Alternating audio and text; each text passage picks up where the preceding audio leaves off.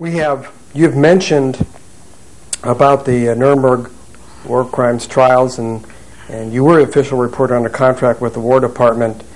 We've not talked about that today specifically because you have lectured on it extensively, and the information is available elsewhere, and it certainly was, I'm sure, a highlight in your career as well as working in Congress.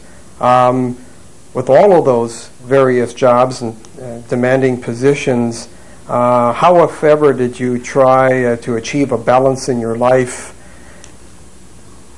between social and personal responsibilities amongst all of the work effort? Well, as you know, as a reporter, that's very difficult to do. I had 2 boys by that time, and my military service as a military wife covered a period of time at Fort Riley, Kansas, and also Fort Leonard Wood, doing courts-martial that period. Then there came a time when our marriage collapsed after about 10 years. So then I had to raise 2 boys with very little financial support. So I was able to do it as a court reporter. I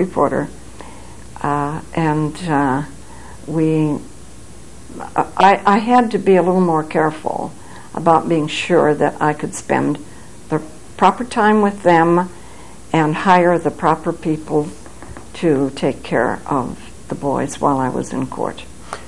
You, in addition to all of those duties and your reporting career, did there ever come a time when you toyed with the notion of entering another profession, ever daydream about what it would be like to work as a...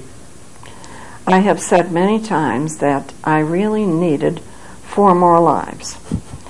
During those years, I had a great interest in art, and over those years I studied art at the University of Colorado night school while I was a court reporter for 2 years, raising 2 boys, doing all my court transcript.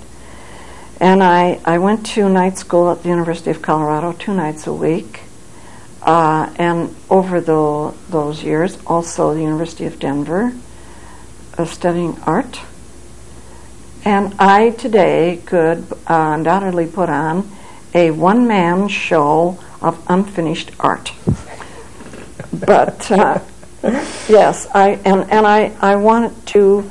I took writing courses because I'm interested in writing, and it was in about 1982 when I returned from Congress by my choice back to Denver that I started receiving many requests to speak on the Nuremberg trials. That is another life that has found me since then. And I did not search it out. I do not promote myself.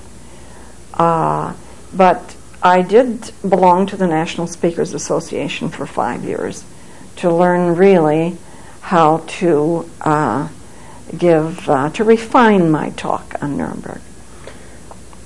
Can you tell us what your reporting career has meant to you? Well, it has been an absolutely incredible career for me.